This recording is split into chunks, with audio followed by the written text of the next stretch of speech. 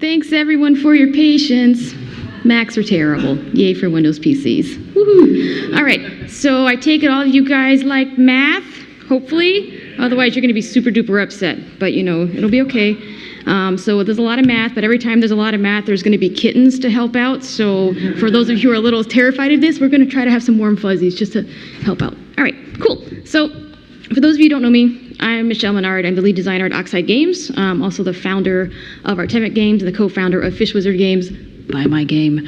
I'm a systems designer, and I have an applied math degree from my undergraduate, and I am not a fake nerd. I like math. Yay!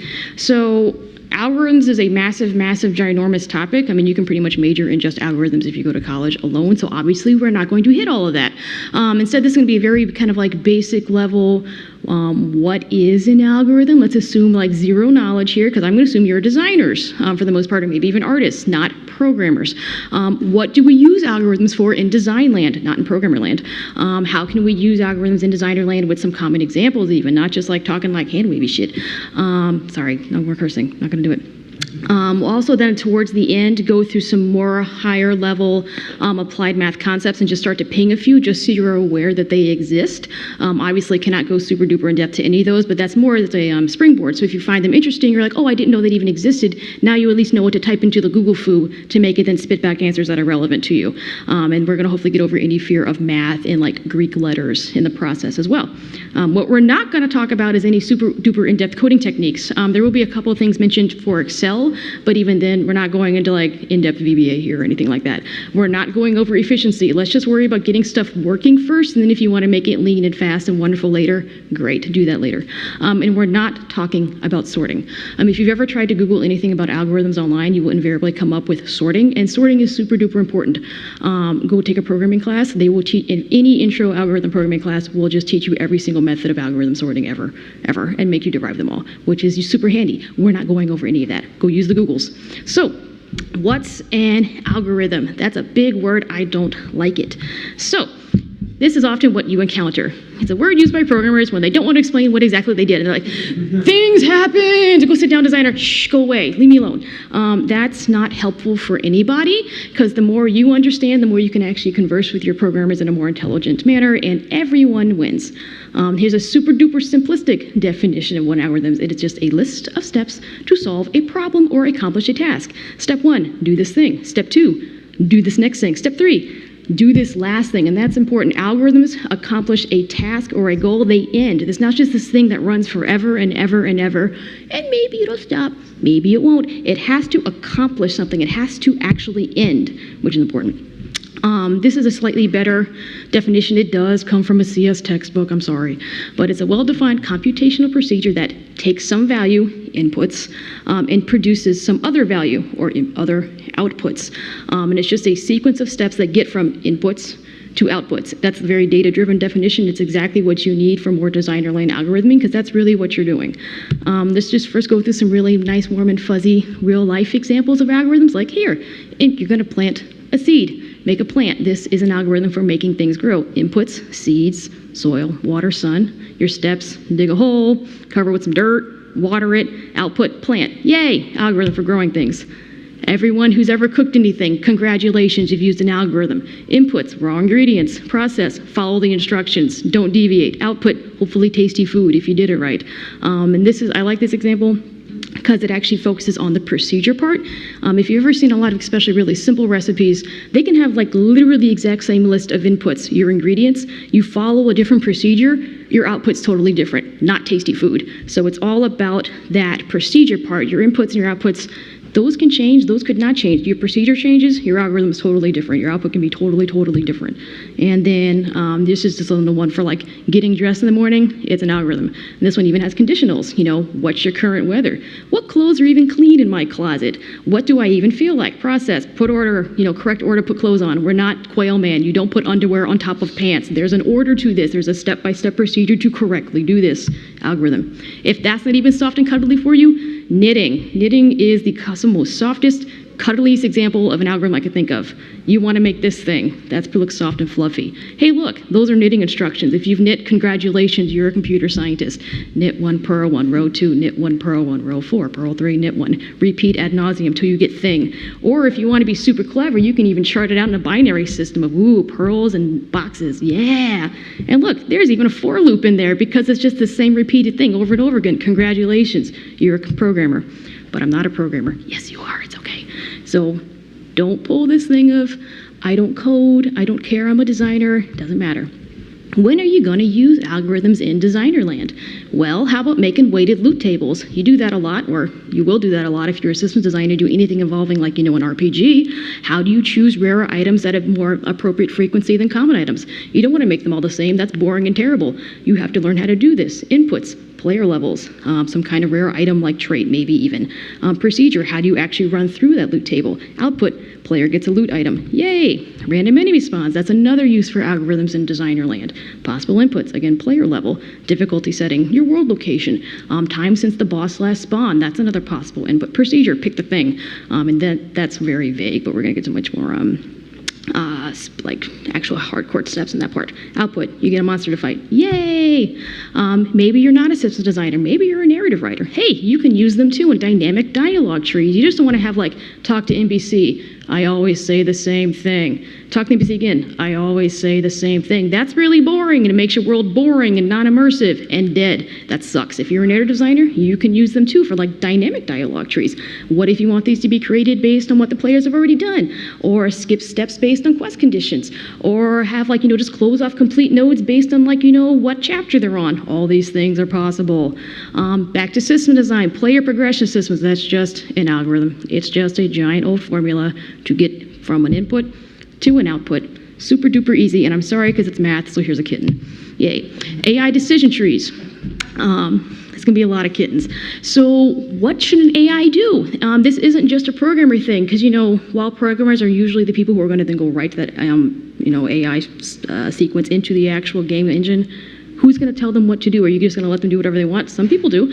Or you could actually provide them a much more step-by-step tree-like structure of, this is what I want to happen. Your programmers will be so much happier with you, so they're not, like, guessing and trying to read your mind. No one loves that, which is the most important thing. Learning how to use these things, even just at a fundamental, like, super basic level, will make you a better team member. And games are about, teamwork. If you are better, your team is better. You're a better problem solver. You can define all your mechanics in much more clear, like, actual actionable steps, and your programmers will not hate you. These are used for everything. They're wonderful. Yay! So right, now that we've gone over that, how do we actually start to make one? It is super duper simple. There's just a couple of caveats to remember. They do need to be finite. They do need to end. They actually have to point to some kind of solution that's usable. Just because it spits something out doesn't necessarily mean it's going to be useful to you. You have to actually look at what it does critically and be like, is that what I actually want it to do? I don't know. The instructions need to be well defined and precise. You can't just do this and tell your programmers things like, I want to give it, like, a list of items, and then I want it to pick something. You're like, okay, well, how do you want that to happen? You actually do need to go through the step-by-step and consider all possible edge cases. And it does need to be effective. So, 5-step approach. It's super duper simple. I just kicked the table. First, you need to identify, what are you trying to do? Write it down. What are you trying to solve? Plan. List all your possible inputs. I don't care if you don't use them all later. That's fine, because when you come back to test this later, even just having a ginormous list of possibilities can speed up your life a lot faster. Once you're going to do that, you're going to build out some kind of test formula using those inputs. Then you're going to test it. Never, ever just hand this thing off to someone and expect it's going to be magic and golden. No. Run it however you can. There's lots of different ways. You don't necessarily have to be able to code. And you're going to iterate on it. That means it's going to fail the first time. It's going to fail the second time. You will improve upon it and finally get the answer that you want. That's normal. It's okay. So identifying. Be as clear as possible here. What exactly are you trying to do? The more information you can provide here, the easier everything else is going to be. Seriously, what are the parameters of success, of failure? If you're trying to get something like a loot table item out, what does that even mean? Does it have to be a weapon? Does it have to be level specific to the character? Does it have to be class specific? Be as precise as freaking possible. So let's actually use a loot table as an actual example we're going to run through now, like, step by step. We have some generic RPG, it's got some boss fights. And because apparently it's a mobile RPG, we're going to actually change the loot based on per day because we want people to log in, every day. So to incentivize that, we'll change the loot table every day. Cool, we can do that. The player's also going to have skills that he can upgrade on level up that will increase his looting or his luck, and we can use those 2 skills in our loot table calculation. Loot it has rarities, common, uncommon, rare, legendary. We're going to weight those asymmetrically, meaning that, common items are going to drop a whole lot, and legendary items are going to drop pretty much never. You don't want to drop those uniformly because that's boring and terrible. And then the most important thing, the player gets a piece of loot when they defeat the boss. Don't forget what you're trying to do. That's what we're trying to do. It's important. All right. Now that we've listed our inputs, we have to come up to the plan part. And this is where you compile all those possible things and you start to group them. Mind maps are actually super duper useful at this stage. Think really broad, list all those things, and we just have a plan of what we want to do. Start to just even on a giant sheet of paper, everyone uses paper still, and just list them all down. Assemble also your available tools, not just inputs. If you have a really nice random item number generator in your engine, use it. Don't reinvent the damn wheel. Just because someone else wrote it, use it. It's fine. Go research other models, other formulas that already exist. You don't have to rederive how to actually solve combinatorics. Just go look this stuff up and use it. It's fine. So, as an example for our loot table, here's our possible plan of possible inputs and available tools. We're not going to use all these. That's okay. So for stats, we could use level, we could use skills. For boss, we could use level or racial types. Is it a dragon? Is it a goblin? What day of the week it is, a base loot table, we could even look at frequency, how many players have already defeated this thing. Available tools, interns, yay, don't discount them. Excel, MATLAB. We've got our number generator, it's all good. Look at all possible tools, humor is fine. Now that you've got everything, actually start to build it. Define and determine your usable output at this stage. And also, is there more than one possible solution? Because a lot of algorithms, they produce multiple possible solutions, and that's okay. But are all those solutions okay? Because if you have 9 out of 10 solutions are good and that 10th one is never ever good, there's a problem. You need to fix it. And then be as literal as freaking possible at this stage, no hand wavy. So, for our little generic loot table example, first we're going to get our player stats. Then we're going to get the boss's predefined loot table. This is something we've defined in either Excel or XML that we do not change very often because it's a pain in the butt. We have to push it live. No one wants to change this thing. We have to get the current day of the week. Super easy. We're going to save all this data into a variable so we can reference it later. And if this starts to look like pseudocode, there's a reason. And if you're doing this on paper, you can just write it down on a sheet of paper. That's fine. Assemble it. Part 2. All right, now that we've got all this, we're going to start to reference that loot table by day of the week so we can start to call out the stuff that doesn't matter. Again, then you do really need to be this straightforward. I know this example is kind of trite, but you will reach examples that are not this simple, and you want to just get into the practice of being this literal. You're going to save out this new loot table, and then, we can even add in special items for a new loot table, because say another designer walks up, you're like, you forgot about our flash sale items. You're like, yes, I did. Put those in. Sorry, other designer. Now that we have this new refined awesome loot table, table B, we'll now start to get all the different weights we have already just decided based in that table. So commons have an automatic weight of 100, say. Uncommons 30, rares 10, legendaries 2. We'll then add the player skills to those weights, and we'll reach then a new weight after that. Pretty straightforward. Here's a table. Oh, yeah, it's pretty legible. Okay. So now we're going to sum all those weights up and get their new weights based on now what the individual player, the individual loot, and the individual day of the week is. And now we're going to find some ranges. So this is basically how you make a weighted sum loot table. So kind of what you're doing is defining a range of possible ranges that you're going to roll a random die against. You could do it so you actually set this as probabilities, Epic Bow will always drop at 4%. Common Thing will always drop at 30%. But then if you ever go add new items to that table, you have to recalculate every single one of those probabilities and then update that table by hand. And no one wants to do that. So instead you do it this way, and then you never ever have to change the weight of Epic Bow ever again. You just add new things to it. And you say, I'm going to add another epic item. I can have it as a weight of 3 or 2 or 5. And none of these things add up to 100, and it doesn't matter. So what do? You've got your weight for your first item. 50. Awesome. You go to the next item in the list, and these do not have to be sorted. And then you add the weight from above to its current weight. So 50 plus 30. All you're doing is referencing. Do I have a mouse on here? Do I have a pointer? Pointer? Is this a pointer? Laser pointer. Oh, Oh, there you go. So you got 50, 35, 120. So you got 50. Cool. Then I'm going to add 30 to 50 and get 80. That's its new range, 51 to 80. Then I've got 5. I'm going to add that. 5 plus 80 is 85. Cool. Now its range is 81 to 85. Then I've got Dinky Hammer, 120. It's going to drop a lot. Cool. Add that to 85 to get 205. So now you've got these ranges. So when you roll a random number between 0 and 205, ooh, we can finally actually get some items out of this. Where'd it go? Oh, come back. And then we're going to roll that random number between 1 and the total sum weight. So now you can keep adding to this list ad nauseum forever and ever and ever, and it will continue to work, which is awesome.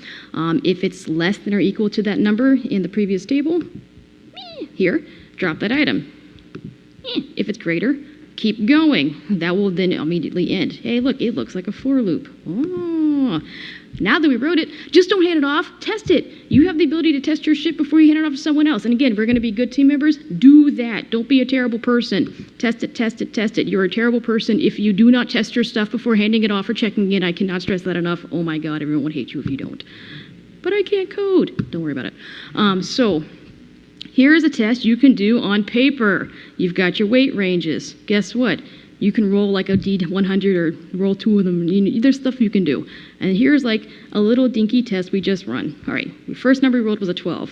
That means it's under 50. It dropped a crap sword. Then we rolled an 83. Look it up. Where is it? Oh, cool, we got the legendary. And then we rolled a whole bunch of numbers that all ended up in this range over here, so we all got dinky hammers. Figure out then a percentage. Oh, uncommons dropped 14% of the time. The legendary dropped 14% of the time, and the common dropped 72, and the rare didn't drop at all. Ew, that's terrible. As I said, it's gonna fail. That's okay. So now you go back to iterating. Run it again and look at it critically. What did you actually want to happen? Gee, this is actually what I wanted to happen. Common drop around 6% of the time. The rares drop around 9. Legendaries 1. And then based on that, kind of what you have your ideal that you want to happen based on expected value and outcome, maybe like for pacing, go back and start to tweak that formula until you start to see your results equal those percentages. And there's like, it's not that hard. I can't code. It's fine. Here's a kitten. Dice. You have dice. If you're designers, I hope you have dice. Roll some dice. Get some paper. This is literally sitting on my desk at my office back in Maryland. It's a paper prototype of a game we're developing that's a video game. It was going to take way too long to program this in to test it. Guess what I did? I bought some index cards at Michael's, and I made a game based on what we're making. So guess how fast we were able to do that? One day. How many times is this thing being tested? A hell of a lot. Is the game even like playable yet in the code? No. This was months ago. You can do this. You should be doing this. It's a hell of a lot easier than waiting around for programmers to do your job for you. You can graph it. You like to draw things, you like to look at it visually, do it that way instead. If, say, you are comfortable using Excel, this will make your life a hell of a lot easier. If you missed Ian Schreiber's talk from like last session, you should go look at it on the interwebs. There was a talk yesterday as well on game balance. Excel is your friend. Go get a book on Excel if you don't know how to use it. Is this actually going to work? No? Well, when I host these slides up online, these are linked to the actual Excel tables that these numbers are coming from, and you can actually, what you're doing is, this is just a giant VLOOKUP table, which is what Ian talked about last time, where you've got, this is your loot table that you'll put in Excel, you've got your player stats here, and then you can actually start to roll random numbers here, and then just do that count A, count if. That's literally what this is doing here, and it's calculating percent drops. So yes, everyone does this, which is why this might be the third time you've seen this now at this conference already this weekend. Whoa, still no code. This is just simple formulas in Excel. However, if you do want to code, oops, sorry. This is again, so that that paper prototype I just showed a few slides back, that wasn't good enough for me. I then written to Excel and actually pretty much have the damn game simulated in Excel automatically. You can do this if you're more comfortable. I like to write user forms, which are these things right here, and I know it's really tiny, and I know a lot of it's blurred out because I don't want to be sued, so that's on purpose. But all these things right here are checkboxes controlling game state variables. These are drop-downs also controlling game state variables. Here are sliders you can pick. And then this is some of the VBA code running this table down here, and it's literally running all those algorithms for realsies using real math, real code. So I can sit here and run this test literally 1,000 times, get all the data, run probability stats, test it that way, change the code over here, run it again literally 1,000 times, and then when I'm finally ready to hand it off to those guys over there, it's mostly done. And so then we actually do finally get to play it. No one's sitting there being like, oh, the game's finally playable and it's all unbalanced and it's terrible. It's like, yeah, because I already ran it in Excel literally 1,000,000 times. Have a cat. So that's basic algorithms. But then, that's great, but there's a lot of math that goes into algorithms, so we're going to start to hit up some of this stuff just a little bit at a time, but not too much in depth. Meow. So applied math is really, really cool. So on this side, we've got fun math, awesome concepts. On this side are possible game applications for those math concepts. Stuff at the top is pretty easy. Stuff at the bottom gets not so easy. And as we get down this list, it's going to get a lot more hand wavy and just be like, look it up later because we don't have time to go over all of it. So, come back, pointer. Common distributions and curves. So when you start to actually do things like level progressions or anything that you're really kind of doing stuff over time, you're going to want to actually look at that data in some kind of visual way, like with trend lines or in scatter plots, or distributions are a really, really good way to do this. And these are some of the more common distributions you'll see. And if you've ever taken a basic stats or probability class, this is all you'll do for a semester, and it's really fun. So Bernoulli distribution. Think of this just like tossing a coin, heads or tails. It's a binary, A or B, 0 or 1. That is all a Bernoulli distribution is. In a normal coin toss, it's fair because it's not a weighted coin. A Bernoulli distribution does not have to be fair. If it's something where you expected like a 70-30, that's your distribution. Then compare your actual data you ran from your algorithm test to that distribution, your expected distribution, and see if it matches. It's visual. You can very easily see like, oh, that doesn't match. Ruh-roh. Uniform. Guess what? It's uniform. It's like rolling a die 1 through 6. You expect on a fair die that 1 is going to come off just as many times as 6 if you do it enough times. That's all that means. Binomials where it starts to get fun. So this is kind of think it if you have you're tossing a coin again and you're going to toss it 20 times. And then during that test, you're going to count up how many times it came up heads. And then you're going to run that test like say 100 times, 200 times, a lot of times. And then if you graph out all those times and see how many times it came up heads, like if heads is on your x-axis then, it's going to start to make this really pretty little distribution. Binomial distribution, which is just a distribution of a uniform success, yes or no. Oh, that looks very pretty and very familiar. If you had a weighted coin, it's going to just shift one way or the other. Because, if this was, instead of like 50-50, this was 70-30, it's going to come up far more times. Very useful for looking at your algorithms in a visual term. Geometric, same idea, toss a coin, but now just count how many failures before successes. Has this really pretty distribution path this way. This is great for a lot of loot table drops, if you're especially looking at commons versus legendaries. And then everyone's heard of the normal bell curve. Here we go. This is just a sum of stuff, like rolling 2d6 and then counting up the sums. Like, 7 happens more than 6, which happens more than 5. If you roll enough tests, it's going to look like this. Yay! Very simple. Hey, look, looks like the binomial. So when you would use this is actually if you had all your data in Excel and you want to start to graph this stuff using data, you can actually, there are formulas in Excel where you can actually just plot the shit out exactly how you want.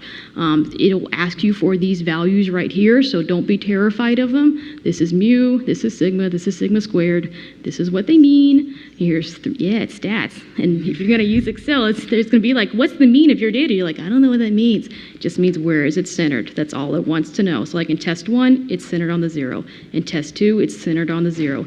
Test 3, we're gonna center it on 1 instead. That's all it wants, or 2. That's all it wants to know. Sigma squared, sigma's variance is just how far away are all your values. If it's a large variance, your bell curve is going to be this big. If it's a tiny variance, it's going to be this big. That's all it wants to know. There's no crazy math. And so you can actually just type in those numbers into the Excel formula and it'll spit out these curves. You don't even have to do the math or understand why this happens. You just say, I want a curve that's centered over here, that's this big. Type in those 2 numbers in the Excel thing and it'll spit out a formula for you. That'll make your life a lot easier. Have a kitten. So, curves. So if you actually want to start to write those level formulas, it's a lot easier to kind of understand what parent formulas are, and then you can just very easily start to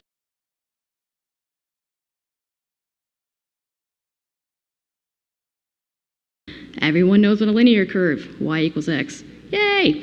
Quadratic, y equals x squared. Looks like this. Yay! Exponential, e to the x. Ooh, it looks very similar to that. Good to know. I'll file that away in case I know I want something of this shape, but it's not quite right. I could maybe use an exponential.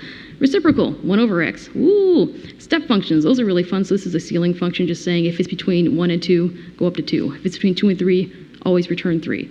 Square roots look like natural logs a little bit. Oh, good to know. I know I want some curve like this. I can use lots of different things, and here's just some other funky stuff that you don't really use too much, but could have come up. All right. So E, we just mentioned that exponentials. What is E? Anyone know what E is? Even though it's on there.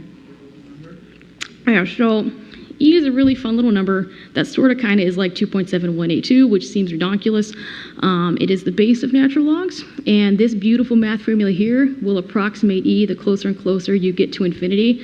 It was first discovered in the 1600s. It's a very old concept when they were looking at trying to figure out compound interest and figuring out, banking stuff. Have a kitten. So Bernoulli was figuring out if I'm going to invest some money in a bank, and then if I start to compound interest once per day, once per minute, once per second, can I do it continuously? Look at that. I'm finding this beautiful number that's crazy. Oh, and look, it's a growth formula. That's what he discovered. And if you're going to do anything about like population growth, like say you're building like a city builder, what do you think they do? They didn't like magically derive some crazy population formula for like, let's look at all the census data for America and try to figure it out. No, they're like, hey, look, someone already did this. I'm going to go use the growth formula. Yay! You can do this in level curves. It's super duper handy for making really quick and dirty level curves. XP I need for next level, multiply current level by E to the 2.3. Yay! Really pretty, nice, testable level curve. It's great, kitten. So now that you know what E is, you can then work backwards to natural logs. Those are just the inverse operation. We're not going to get into this super much because I don't want to run out of time. But logs, log base 10 to 1,000 equals 3, which is really just 10 to 3 equals 1,000. You're just working backwards. That's all it is. Kitten. Cool. So these are really useful for like dynamic pricing if you want stuff to like the price to change in a nice way as you go up. For like initial skill progression, let's say you want to like do something like the old Quest for Glory games, where when you start to use a skill, you get better at it, and then you have to increase ability in that skill. You have to keep using it. You just don't like dump points into it on level up. This is a fun way to do it, so you gain skill quickly in the early levels, but then as you get more powerful, you have to work harder to increase that skill more, which is a nice way for grind. You want to introduce grind your game super easy? Logarithms are your friend. Your players won't necessarily be happy, but it's a real nice way to do it super easy. All right, now we're going to get more into patterns just because let's deviate from math a little bit to like give your brains a break. So this was Pascal's triangle is that thing right there. It was named for Blaise Pascal, even though he was absolutely not the first person to discover this. It was studied by Yang Hui in the 13th century, and then before him by some mathematicians we don't know their names in India. It's called the Staircase of Mount Meru. It was studied in Greece. It was studied in Persia. Lots of people have studied this. Lots and lots of people. It's super duper simple to build one of these. First, you start with 1. Then you have some other ones. And then you just basically add the 2 things on top of it. 1 plus 1 is 2. 1 plus nothing is 1. And this is just a little dinky formula to formalize it. Oh, where's my mouse? Uh-oh. Did your computer break? Oh, no. Yep, Pascal's triangle broke your computer. Oh, no. Oh, no. I'm so sad. Ooh. I don't know. Oh, no. Come on, math. Are you running out of battery?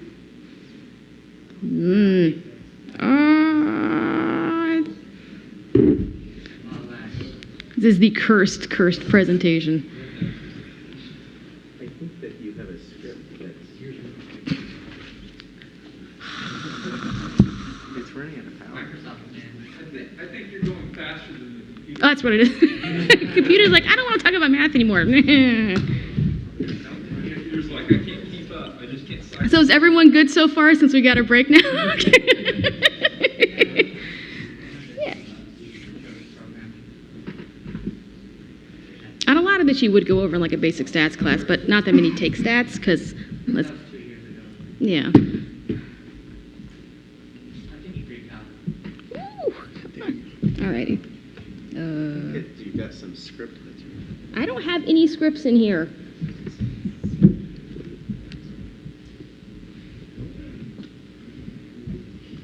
Come on, computer. Sorry.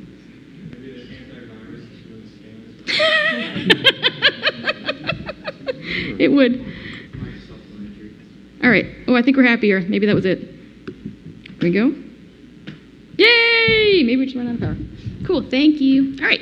So, continuing on. Oh, I need my pointer back. Where'd it go? Pointer. No. No. Size.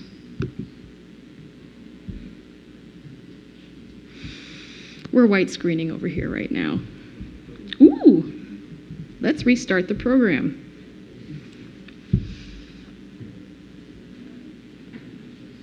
Anyone know any good math jokes? I saw Joe in the audience earlier. What did pi say to I? What did it say? What did pi say to I? Yeah, what pi said? He said, get real.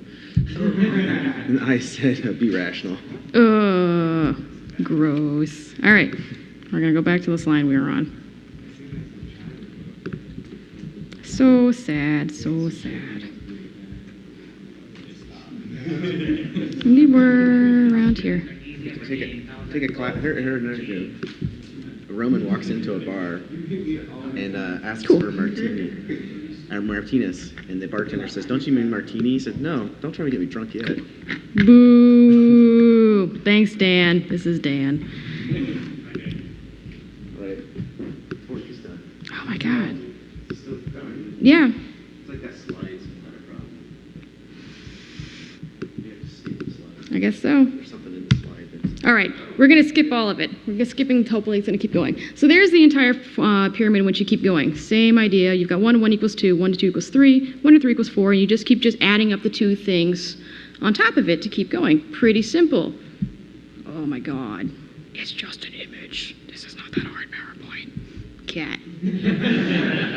I think we all needed that after that. All right, so what's really nice, and it's fine, it happens, is that this is a super duper quick and dirty way to make instant progressions that players can very, very easily grok because the pattern is so simple and straightforward that even if they don't see the pattern, it's very easy to be like, oh, I see what's happening, I feel what's happening, and I don't necessarily have to explain it to you. First column's a ones. Hey, look, second column, here's your counting numbers, 1, 2, 3, 4, 5, all the way to 10. And if you keep expanding this pyramid out, it's just going to keep going.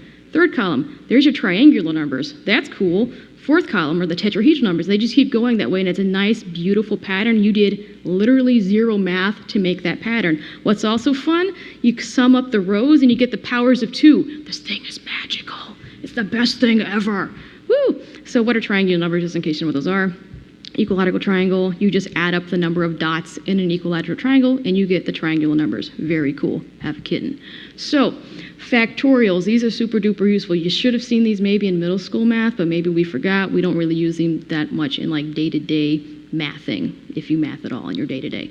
So, from an actual design perspective, let's say you have a bunch of junk that your enemies drop as loot.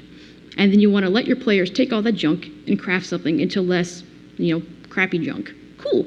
We're just going to use kind of like a discovery-based system where you've got like slots on your crafting bench and they can drag the junk into the slots and it'll either spit out a cool thing or it'll spit out nothing. That's fun. We can do that. So how many possible combinations of those things are there? Well, I don't know. I guess we could count it. Maybe. Well, let's also say, same idea. We're working in an RPG and we've got feats or skills we can assign to our character. And we want a player to be able to pick, like, say, 4 or 5 of those per character they make. But we want to also make sure that there are enough traits in our system that everyone's got a fairly unique character and it's not just the same 10 cookie cutter little classes over and over again. How many do we need? I guess you could count that. Please don't count that. That's terrible, and you'll make yourself go crazy after a couple of minutes of this. That's what factorials are for. So basically, this is combinatorics. They're useful for analyzing and creating really basic, quick and dirty counting systems just to know how much crap do I have, how much crap do I need. This is the beautiful formula. This is sum product. Basically, all factorials. So it's in factorial. Let's say it was 5 factorial. You just do 1 times 2 times 3 times 4 times 5. 5 factorial. If it was 7, 1 times 2 times 3 times 4 times 5 times 6 times 7. That simple. Kitten. Meow. So for the crafting example, for that thing we've got the 4 boxes. If you drag a brick, wood, a nail, and a glue in there, and you'd say for whatever reason, because you're crazy, you didn't want it to be the same thing as wood plus nail plus glue plus brick because you hate your players, that's called a permutation, and it's a super duper easy formula in factorial over n minus k. So you just, how much stuff do you have in your system? How many ways can you pick it? You're picking 4. Here you go. You've got 9 million or 9.5 million different possibilities. You hate your players. Please don't do that. This cat hates you too. So let's say you hate your players slightly less. So brick plus nail plus wood is the same thing as nail plus brick plus wood because, yes, that makes way more sense. That's called a combination. The formula is almost literally exactly the same. And Excel will do all of this for you. They've got formulas where you just put in how much stuff do I have, how much stuff am I picking. So I've got 100. I'm going to pick 4 things. Oh, 3.9 million possible combinations. Gee, that's better. It's better, but don't do that. So you can then put together these really nice little tables where you can very quickly see, all right, if I've got 30 possible items and I know I want to pick 4 for whatever reason, that number's static, you can now see, oh, well, you know what? Pick out of 100 items, that's way too many. But maybe if I limit my loot to 50 items, 230,000, that's a much more reasonable number. 20, hey, 5,000 possible combinations. Now we're getting better. So you can actually start to see how this number just balloons very quickly. And before you've even now defined a single piece of loot, you can be like, hey, I know I need to write 20 pieces of loot instead of starting down this horrific path of writing 100, 500, and then realizing you've done a terrible, terrible thing and wasted months of your time. Don't do that. Do this first. Figure out how many you need. And now we're going to start to get really super duper hand wavy.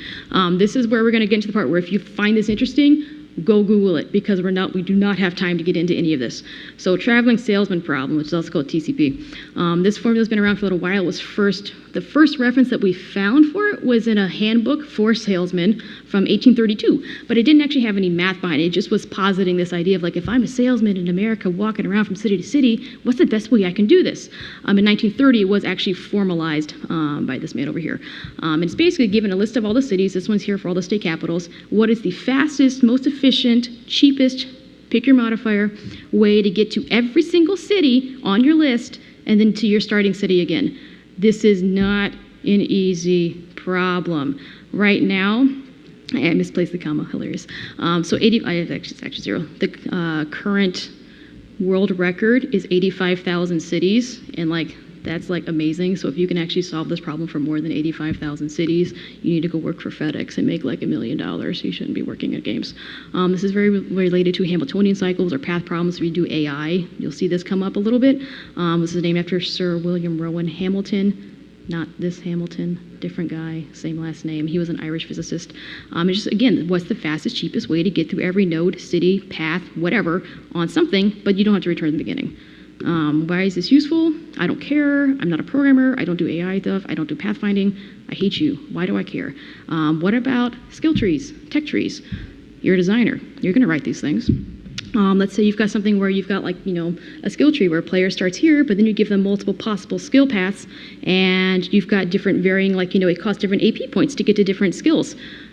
Don't you want to know if there's an optimal path in there? If you're doing something like a civilization game, you've got your tech tree. Don't you want to know if there's an optimal path to get from one side to the other based on tech costs? I sure as hell would want to know if there's an optimal path. Are you going to do that by hand? No. That's actually where this stuff comes in handy. And for those kind of smaller number sets, you can solve these. So here's a little example. This has just got a couple of skills. Pretend this is a skill tree. You start at D. This is your commie crap skill. This is your epic skill. These little numbers right here are how many points it takes to learn the next skill. Cool. This is something you will absolutely do as a systems designer. You could analyze this by actually going through this by hand and calculating each possible step, that if I went from here to here to here to here, there's one. Then I'm going to go from here to here to no, don't do that by hand. No, there's a better way. There's other algorithms that already exist to do this. This is why if you need to do this, you can look at any one of these different algorithms that already exist, and they will solve these little smaller problem sets for you automatically. Don't do this by hand. Just in case you were interested, there are 2 possible paths to solve this in the shortest amount of time. And that's okay. And it's good to know that if you do have one optimal solution, 2 optimal solutions, 3, what are they? So in this case, you can either go from here to here and it costs 8 points, or you can go from here to here and it costs 8 points. Good to know. That's actually good. Because if it only had one optimal path, guess what? Your skill tree's broken. And everyone who min-maxes is going to find that and only ever go here, and none of these skills are ever going to be used. But as it is, neither path ever crosses through skill C or G. That's bad. So now you know, as a designer, that skill C and G needs to be super duper powerful and compelling if you ever want anyone to deviate from this optimal path, or maybe you need to fix your prices here. Maybe this needs to be cheaper, so every possible path does cost 8 points. Good to know. Have a kitten. Thank you for sitting through that. Differential equations. So we're not at all going to get into differential equations. If you are doing any modeling at all about population growth, economy modeling, you're working on a memo, you need to be familiar with differential equations and understand what they are. This is there's whole classes on this. I love DiffyQs. We do not have time to get through this. Modeling, prey models, growth models, all DiffyQs. One more specific is the Malthusian growth models and models specifically population, named for Thomas Malthus. That's SimCity. That's Ultima Online. Anything that has this kind of like population type growth metrics, they're all using Malthusian growth models. And hey, look, it's that exponential formula again. Just be familiar. This is what's going on. If you need to actually do this in your game, this is what you need to go Google, Malthusian growth models. Yeah. Sethi models. So this is Sethi. Yay, it's a not white guy. So this model's advertising. And if you're going to spend sales money, can you model how much money I dump into marketing will equate how many new customers I get? You can model that. This man modeled that. Turns out it's not random. Good for him. I'm not in marketing. I don't care. So what? You can repurpose existing models that maybe had different uses into games, and you should do that. So if you want to write an NPC gossip model, because hey, what's that? It's advertising and marketing. If you actually want to have sorts like, beliefs spreading across population, fame spread across town, so you can actually have like NPCs dynamically reference you. You're like, oh, I heard about you in so-and-so thing. You can use things like Sethi models and don't have to do the math yourself, because you know what the math looks like? This. No one wants to derive this. Good God, no. He already did it. Just repurpose it. Here, this is where your NPCs go. This is where your gossip spread is. Thanks, man. Have a cat. Yay! Bayesian probability. So this is like the new hot word, especially in like programming and AI. It's for Thomas Bayes, this dude over here. Basically, he just found out ways to look at inverse probability based on one known and lots of unknowns. Very cool. You'll see it more now in like AI, and they're starting to talk about like, you've got prior probabilities of things like, what's the probability of a player winning a match? We know some other stuff about that. Let's run a match, collect some data, and then we can update this prior probability using this new data we collected, and then you can keep doing that, and you can get better matchmaking, which is exactly here's Bayes' theorem. Yay. What Microsoft does. So if you ever heard of Microsoft's true skill ranking, that's all this is. It's a really, really beautiful implementation of Bayes' theorem. And we're not getting into that. They've got a massive, massive paper out online. You can just go read it. But that's all this is. It's just simple probability using some old models in new ways. Okay. So if any of this makes interest or sense, things you can go do is buy some books. Here's just some good books for basic probability, fun algorithms, other more mathy books. So these are if you're math scared, these are good books to start with. If you're much more familiar with math and happy talking math, these are better if you want some good Excel books. If you want to get more into VBA. Park, by the way, is not a person. Those are all the initials of the editors just kind of smashed together because they thought it was cute. Things on the internet. Project Euler's fun. So just nice little logic problems. This is a wonderful, wonderful, wonderful page for just Excel-specific problems and tips where he actually goes through examples. It was like, I want to do this thing. Here's how to do this thing. This is hilarious if you want a very beautiful visual distribution thing. This is other fun stuff that I wanted to talk about, but I did not have time. The homicidal chauffeur problem is super fun, and these are the legit names. If you type in homicidal chauffeur into Google, it will spit out math at you. Super fun. This is basically like if you've got a car and a person, and you want to know if either how can it make the car always run over the person, or how can the person always run away from the car. Good times. Forecasting, Bayesian diffusion, Hungarian algorithms, super fun. Princess and monster games are kind of like homicidal chauffeurs, same sort of idea. If anything in game theory, they have these fun names describing the game set. And if you're interested in just these kind of already models that people are trying to put together, go look up all those, because odds are someone's already done a lot of the hard work for you, and you should not be reinventing all this stuff off on the top of your head. Best thing you can do is just practice. Give yourself, just you're playing a game, you're playing Persona 5, you don't like something about the battle system. Actually try to reverse engineer some stuff in Excel yourself and fix it. And what would I do differently? How can I do this differently? That's the only way you're gonna get better at this, is actually doing it. And anyone can do it. Here's some math and another cat. And I'm gonna stop talking now. Gap again. So if anyone has any questions about math or stuff, that's fine. Otherwise, I'm gonna stop talking because it's Sunday morning and it's math and it's early. Yeah, I'm going to post all the slides up on my website and the Artemic.com. Yeah.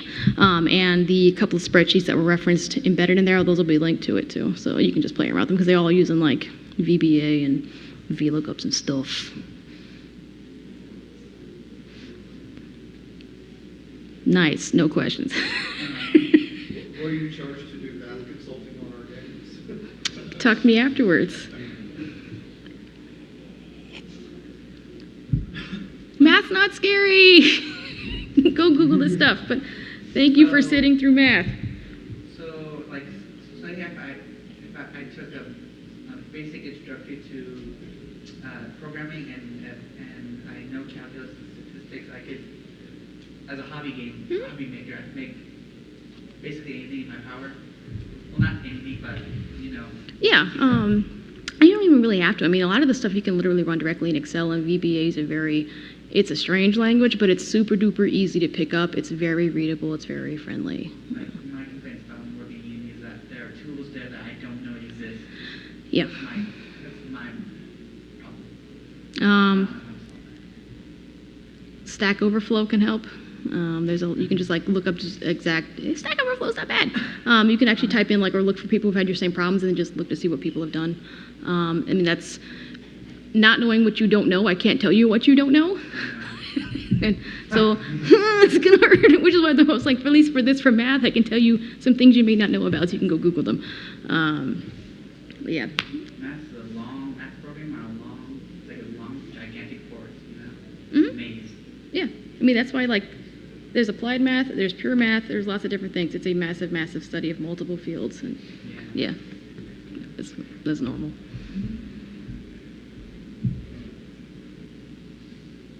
How do you translate that formula into your code? Like, say you had the formula for the spread of loop. How would you translate that as an algorithm into the code? Like, you just plug in the variables and that's it? Yeah, like I mean, so literally once you've written down that multi-step like 20-line plan, just then identify like so if you're not very familiar with programming, just like go through like what are the actual keywords in like so that was a for loop. So then for from 1 like or 0 to like the end of my table, pull in that XML reference and then do those things in code. And if you can't, at least you can then hand off that list to a programmer who can, and they don't then have to guess what it was you were trying to do or intended to do. You just literally told them what to do.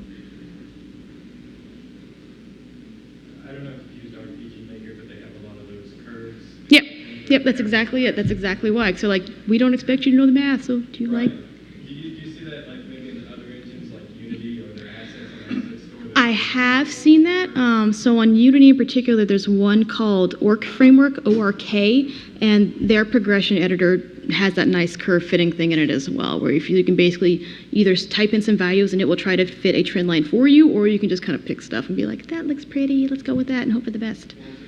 Orc Framework, ORK. I've got a mic for you now. Oh.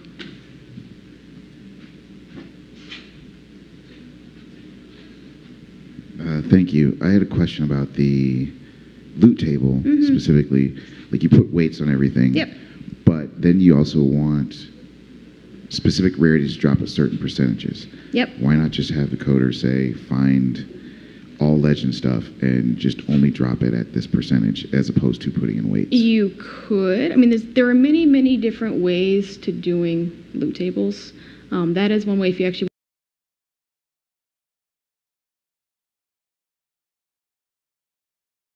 you're also then, this way you can be a lot more loosey-goosey and it can be a little bit easier to update and just add stuff to at the end. That is another way to do it. You can do that. So does this like allow you, if you wanted to be, as you describe it, loosey-goosey way, but you still want like epic stuff to drop at a, yeah, because this is more of like, I'm not necessarily saying I always want epics to drop at like 5% or legendaries to always drop at 1. This is more of, I know these are like my base items, which all have an individual weight or percentage, and I'm not going to say all legendaries are this. And then it's a lot easier than to also go back in and add and like hand correct those weights using other things like player skills or weights or traits or any of that stuff when you're hitting them up individually rather than like a big old chunk. It does seem that it's kind of nice if you find that, the epic fish hammer or something becomes really, really good. You could just. But then that's the thing too, and then you can individually then nerf that one thing and not have to like screw your entire thing. Like, oh, I want all my other legendaries to drop at 5% except for epic fish hammer. And then what do? Create a new class over here that's like super duper legendary just for epic fish hammer.